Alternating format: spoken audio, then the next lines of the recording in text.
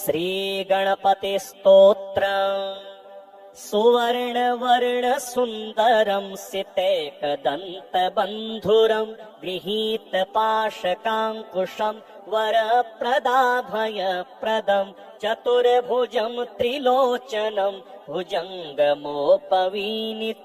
प्रफुल्लवारिजासनं भजामि सिन्धुराननं किरीटहारकुण्डलं प्रदीप्तबाहुभूषणं प्रचण्डरत्नकङ्कणं प्रशोभिताङ्ग्रियष्टिकं प्रभातसूर्यसुन्दराम्बरद्वयप्रधारिणं सरलहेमनूपुरं प्रशोभिताङ्ग्रिपङ्कजं सुवर्णदण्डमण्डित प्रचण्डचारुचामरं गृहप्रतीर्णसुन्दरं युगाक्षणं प्रमोदितं कवीन्द्रचित्तरञ्जकं महाविपत्तिभञ्जकं षडक्षरस्वरूपिणं भजेद् गजेन्द्ररूपिणं विरिञ्चि विष्णुवन्दितं विरूपलोचनस्तुतिं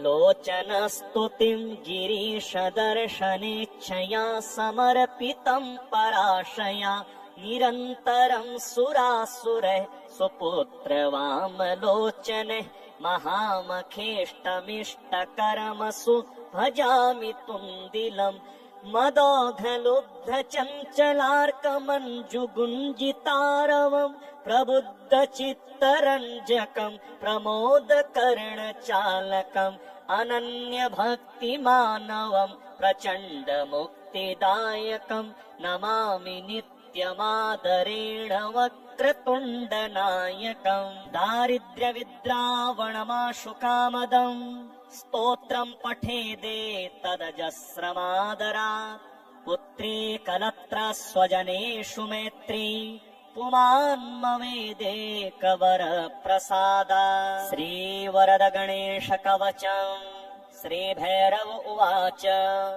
महादेवी गणेशस्य वरदस्य महात्मनः कवचं ते प्रवक्ष्यामि वज्रपञ्जरकाभिधम् ॐ अस्य श्रीमहागणपति वज्रपञ्जरकवचस्य श्रीभैरवऋषिः गायत्र्यं छन्दः श्रीमहागणपतिर्देवता गङ्बीजम् ह्रीं शक्तिः कुरु कुरु कीलकम् वज्रविद्यासिद्ध्यर्थे महागणपति वज्रपञ्जरकवचपाठे विनियोगः विघ्नेशं विश्ववन्द्यं सुविपुलयशसं लोकरक्षाप्रदक्षम् साक्षात् सर्वापदासु प्रशमनसुमतिं पार्वती प्राणसूनुम् प्रायः सर्वासुरेन्द्रैः ससुरमुनिगणैः साधकैः पूज्यमानम् कारुण्येनान्तरायामितमभशमनं विघ्नराजं नमामि। ॐ श्रीं ह्रीं गं शिरः पातु महागणपतिः प्रभुः विनायको ललाटं मे विघ्नराजो भ्रुवौ मम पातु नेत्रे गणाध्यक्षो नासिकां मे गजाननः श्रुतिमेव तु हेरम्बो गण्डो मोदकशासनः द्वये मातरो मुखं पातु चाधरो पात्वरिन्दनम्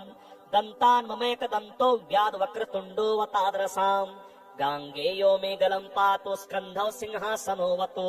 विघ्नान्तको भुजौ पातु हस्तौ मूषकवाहनः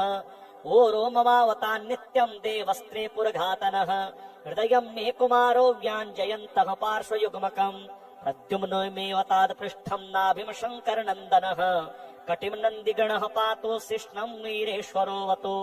मेढे मेऽवतु सौभाग्यो भृङ्गिरेटी च गुह्यकम् विराटको वतादूरो जानु मे पुष्पदन्तकः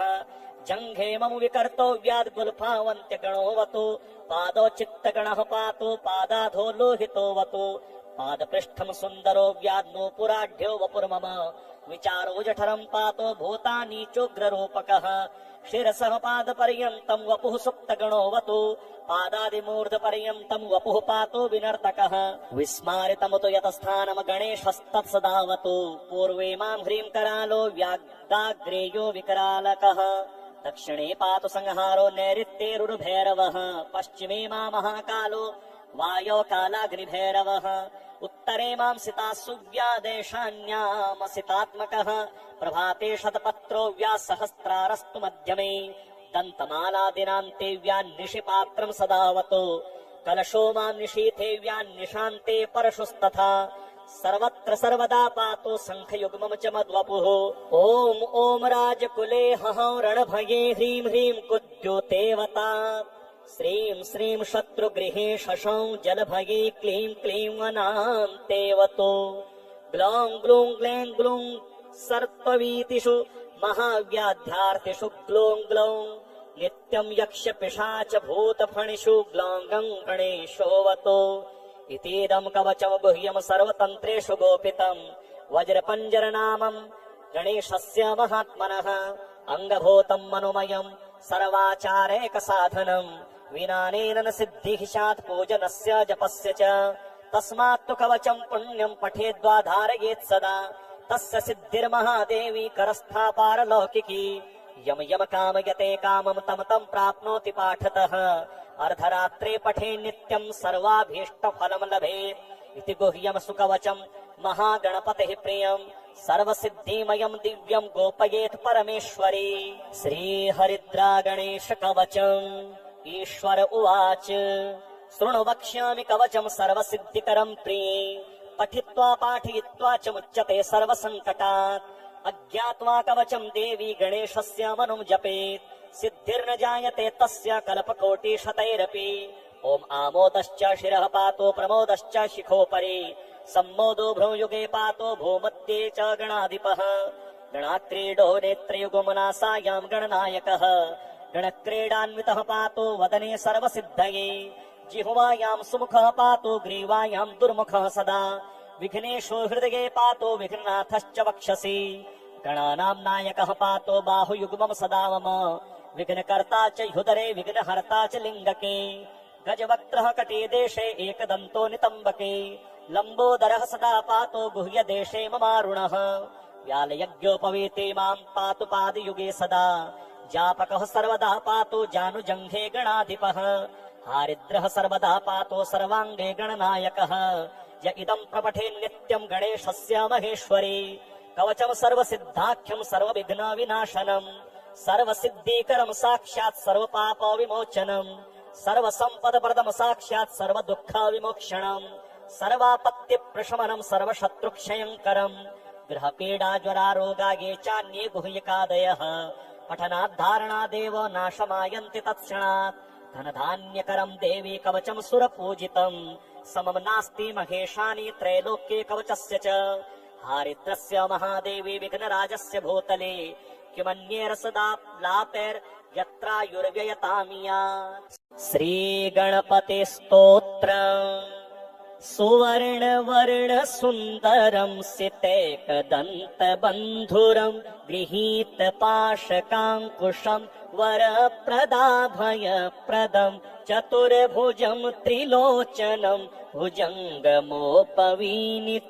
प्रफुल्लवारिजासनं भजामि सिन्धुराननं किरीटहारकुण्डलं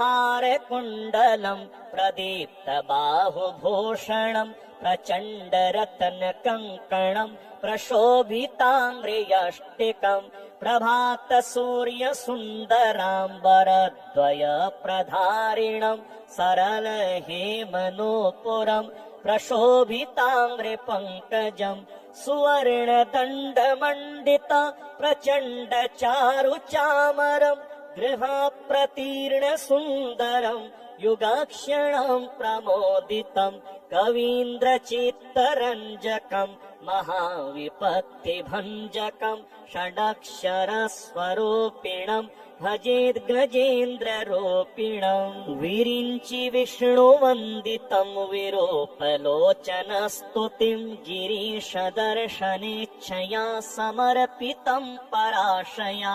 निरन्तरं सुरासुरैः सुपुत्रवामलोचनैः महामखेष्टमिष्टकर्मसु भजामि तुन्दिलम् मदोघलुब्धचञ्चलार्कमञ्जुगुञ्जितारवम् प्रबुद्धचित्तरञ्जकम् प्रमोदकर्णचालकम् अनन्यभक्तिमानवम् प्रचण्डमुक्तिदायकम् नमामि नित्यमादरेण वक् वक्रतुण्डनायकम् दारिद्र्यविद्रावणमाशु कामदम् स्तोत्रम् पठेदेतदजस्रमादरात् पुत्री कलत्र स्वजनेषु मैत्री पुमान् ममेदेकवर प्रसादा। श्रीवरद गणेश कवचम् श्रीभैरव उवाच महादेवी गणेशस्य वरदस्य महात्मनः कवचम् ते प्रवक्ष्यामि वज्रपञ्जरकाभिधम्। ॐ अस्य श्रीमहागणपति वज्रपञ्जरकवचस्य श्रीभैरव ऋषिः गायत्र्यम् छन्दः श्रीमहागणपतिर्देवता गङ्बीजम् ह्रीं शक्तिः कुरु कुरु कीलकम् वज्रविद्या सिद्ध्यर्थे महागणपति वज्रपञ्जरकवच पाठे विनियोगः। विघ्नेशम् विश्ववन्द्यम् सुविपुलयशसम् लोकरक्षा प्रदक्षम् साक्षात् सर्वापदासु प्रशमन सुमतिम् पार्वती प्राणसूनुम् प्रायः सर्वासुरेन्द्रेः ससुरमुनिगणैः साधकैः पूज्यमानम् कारुण्येनान्तरायामितमभशमनम् विघ्नराजम् नमामि। ॐ श्रीं ह्रीं गं शिरः पातु महागणपतिः प्रभुः विनायको ललाटम् मे विघ्नराजो भ्रुवौ मम पातु नेत्रे गणाध्यक्षो नासिकां मे गजाननः श्रुतिमेव तु हेरम्बो गण्डो मोदकशासनः द्वै मातरो मुखम् पातु चाधरो पात्वरिन्दनम् दन्तान् ममेकदन्तो व्याद्वक्रतुण्डो वताद्रसाम् गाङ्गेयो मे गलम् पातु स्कन्धौ सिंहासनोऽवतु विघ्नान्तको भुजौ पातु हस्तौ मूषकवाहनः ओरो ममावतान् नित्यम् देवस्त्रे पुरघातनः हृदयम् मे कुमारो व्याञ्जयन्तः पार्श्वयुग्मकम् प्रद्युम्नो मेऽवतात् पृष्ठम् नाभिम् शङ्करनन्दनः कटिम् नन्दिगणः पातु शिष्णम् वीरेश्वरोऽवतु मेढे मेऽवतु सौभाग्यो भृङ्गिरेटी च गुह्यकम् विराटको वतादूरो जानु मे पुष्पदन्तकः जङ्घे मम विकर्तो व्याद्गुल्फावन्त्यगणोऽवतु पादौ चित्तगणः पातु पादाधो लोहितोऽवतु पादपृष्ठम् सुन्दरो व्याद्नूपुराढ्यो वपुर्मम विचारो जठरम् पातो भूतानीचोग्ररूपकः शिरसः पादपर्यन्तम् वपुः सुप्तगणोऽवतु पादादिमूर्धपर्यन्तम् वपुः पातो विनर्तकः विस्मारितमुतु यतस्थानम् गणेशस्तत्सदावतु पूर्वे माम् ह्रीं करालो व्याग्दाग्रेयो विकरालकः दक्षिणे पातु संहारो नैऋत्येरुर्भैरवः पश्चिमे मा महाकालो वायो कालाग्निभैरवः उत्तरे मां सितासु व्यादेशान्यामसितात्मकः प्रभाते शतपत्रो व्यासहस्रारस्तु मध्यमे दन्तमालादिनान्ते व्यान्निशिपात्रम् सदावतु कलशो मां निशीथे व्यान्निशान्ते परशुस्तथा सर्वत्र सर्वदा पातु शङ्खयुग्मम् च मद्वपुः ॐ ॐ राजकुले हहौ रणभये ह्रीं ह्रीं कुद्योतेवता श्रीं श्रीं शत्रुगृहे शशौ जलभये क्लीं क्लीं वनान्तेवतो ग्लौं ग्लूं ग्लें ग्लूं सर्पवीतिषु महाव्याध्यार्तिषु ग्लौं ग्लौं नित्यं यक्ष पिशाच भूतफणिषु ग्लौं गं गणेशोऽवतो इतीदं कवचं गुह्यं सर्वतन्त्रेषु गोपितं वज्रपञ्जरनामं गणेशस्य महात्मनः अङ्गभूतं मनुमयं सर्वाचारैकसाधनं विनानेन न सिद्धिः स्यात् पूजनस्य जपस्य च तस्मात्तु कवचं पुण्यं पठेद्वा धारयेत् सदा तस्य सिद्धिर्महादेवी करस्था पारलौकिकी यम यम कामयते कामं तं तं प्राप्नोति पाठतः अर्धरात्रे पठे नित्यं सर्वाभीष्टफलं लभेत् इति गुह्यं सुकवचं महागणपतिः प्रियं सर्वसिद्धिमयं दिव्यं गोपयेत् परमेश्वरी श्रीहरिद्रा गणेश कवचम् ईश्वर उवाच शृणु वक्ष्यामि कवचं सर्वसिद्धिकरं प्रिये पठित्वा पाठयित्वा च मुच्यते सर्वसङ्कटात् अज्ञात्वा कवचं देवी गणेशस्य मनुं जपेत् सिद्धिर्न जायते तस्य कल्पकोटिशतैरपि ॐ आमोदश्च शिरः पातो प्रमोदश्च शिखोपरि सम्मोदो भ्रूयुगे पातो भूमध्ये च गणाधिपः गणाक्रीडो नेत्रयुगमनासायां गणनायकः गणक्रीडान्वितः पातो वदने सर्वसिद्धये जिह्वायां सुमुखः पातो ग्रीवायां दुर्मुखः सदा विघ्नेशो हृदये पातो विघ्ननाथश्च वक्षसि गणानां नायकः पातो बाहुयुग्मं सदा मम विघ्नकर्ता च ह्युदरे विघ्नहर्ता च लिङ्गके गजवक्त्रः कटे देशे एकदन्तो नितम्बके लम्बोदरः सदा पातो गुह्यदेशे ममारुणः व्यालयज्ञोपवीते मां पातु पादयुगे सदा जापकः सर्वदा पातो जानुजङ्घे गणाधिपः हारिद्रः सर्वदा पातो सर्वाङ्गे गणनायकः य इदं प्रपठे नित्यं गणेशस्य महेश्वरी कवचं सर्वसिद्धाख्यं सर्वविघ्नविनाशनम् सर्वसिद्धीकरं साक्षात् सर्वपापविमोचनम् सर्वसम्पदप्रदं साक्षात् सर्वदुःखविमोक्षणम् सर्वापत्तिप्रशमनं सर्वशत्रुक्षयङ्करम् गृहपीडाज्वरारोगा ये चान्ये गुह्यकादयः पठनाद्धारणादेव नाशमायन्ति तत्क्षणात् धनधान्यकरं देवी कवचं सुरपूजितम् समं नास्ति महेशानि त्रैलोक्ये कवचस्य च हारिद्रस्य महादेवी विघ्नराजस्य भूतले किमन्येर सदा लापैर्यत्रायुर्व्ययतामिया श्रीगणपते स्तोत्र सुवर्णवर्ण सुन्दरं सितैकदन्तबन्धुरं गृहीत पाशकाङ्कुशं वरप्रदाभयप्रदं चतुर्भुजं त्रिलोचनं भुजङ्गमोपवीनितं प्रफुल्लवारिजासनं भजामि सिन्धुराननं किरीटहारकुण्डलं प्रदीप्तबाहुभूषणं प्रचण्डरत्नकङ्कणं प्रशोभिताङ्ग्रियष्टिकं प्रभातसूर्यसुन्दराम्बरद्वयप्रधारिणं सरलहेमनूपुरं प्रशोभिताङ्ग्रिपङ्कजं सुवर्णदण्डमण्डित प्रचण्डचारुचामरं गृहाप्रतीर्णसुन्दरं युगाक्षणं प्रमोदितं कवीन्द्रचित्तरञ्जकं महाविपत्तिभञ्जकं षडक्षरस्वरूपिणं भजेद्गजेन्द्ररूपिणं विरिञ्चि विष्णुवन्दितं विरूपलोचनस्तुतिं गिरीशदर्शनेच्छया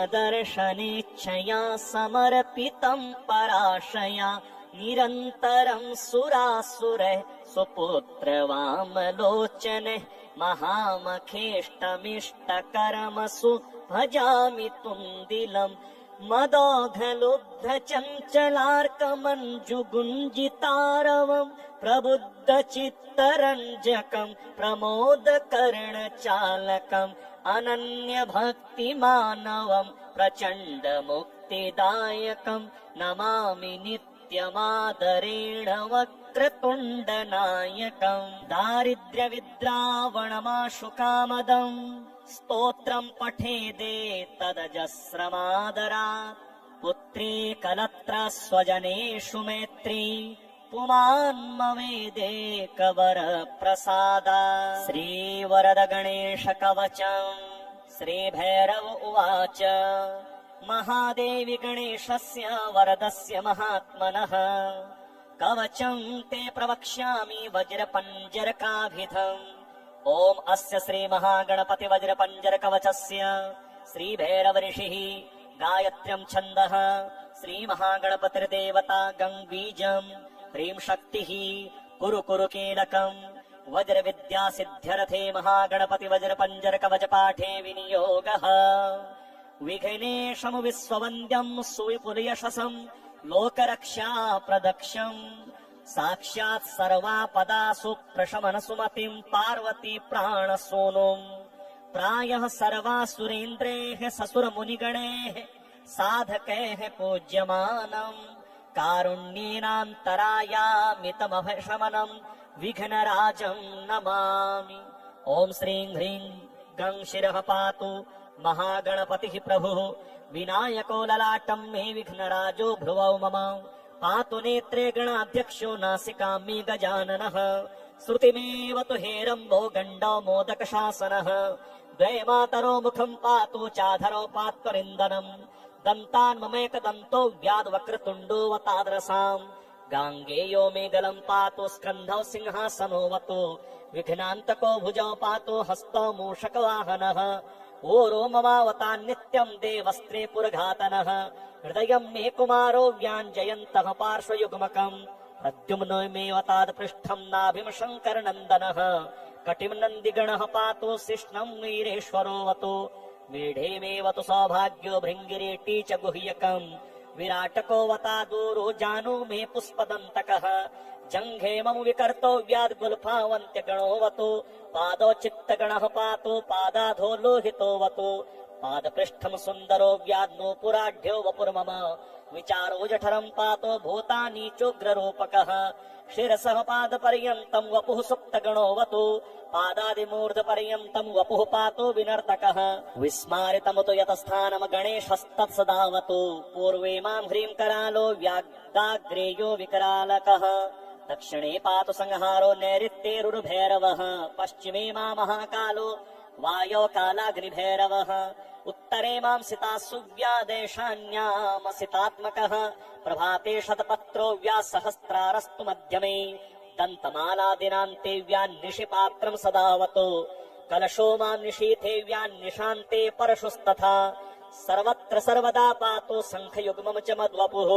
ॐ ॐ राजकुले हंरणभये ह्रीं ह्रीं कुद्योतेवता श्रीं श्रीं शत्रुगृहे शशं जलभये क्लीं क्लीं वनान्तेवतो ग्लौं ग्लूं ग्लें ग्लूं सर्पवीतिषु महाव्याध्यार्थिषु ग्लौं ग्लौं नित्यं यक्ष पिशाच भूतफणिषु ग्लौं गं गणेशोऽवतो इतीदं कवचं गुह्यं सर्वतन्त्रेषु गोपितं वज्रपञ्जरनामं गणेशस्य महात्मनः अङ्गभूतं मनुमयं सर्वाचारैकसाधनं विनानेन न सिद्धिः स्यात् पूजनस्य जपस्य च तस्मात्तु कवचं पुण्यं पठेद्वा धारयेत् सदा तस्य सिद्धिर्महादेवी करस्था पारलौकिकी यम यम कामयते कामं तम तं प्राप्नोति पाठतः अर्धरात्रे पठे नित्यं सर्वाभीष्टफलं लभेत् इति गुह्यं सुकवचं महागणपतिः प्रियं सर्वसिद्धिमयं दिव्यं गोपयेत् परमेश्वरी श्रीहरिद्रा गणेश कवचम् ईश्वर उवाच शृणु वक्ष्यामि कवचं सर्वसिद्धिकरं प्रिये पठित्वा पाठयित्वा च मुच्यते सर्वसङ्कटात् अज्ञात्वा कवचं देवी गणेशस्य मनुं जपेत् सिद्धिर्न जायते तस्य कल्पकोटिशतैरपि ॐ आमोदश्च शिरः पातो प्रमोदश्च शिखोपरि सम्मोदो भ्रूयुगे पातो भूमध्ये च गणाधिपः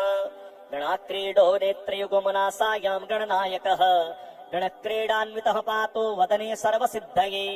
जिह्वायां सुमुखः पातो ग्रीवायां दुर्मुखः सदा विघ्नेशो हृदये पातो विघ्ननाथश्च वक्षसि गणानां नायकः पातो बाहुयुग्मं सदा मम विघ्नकर्ता च ह्युदरे विघ्नहर्ता च लिङ्गके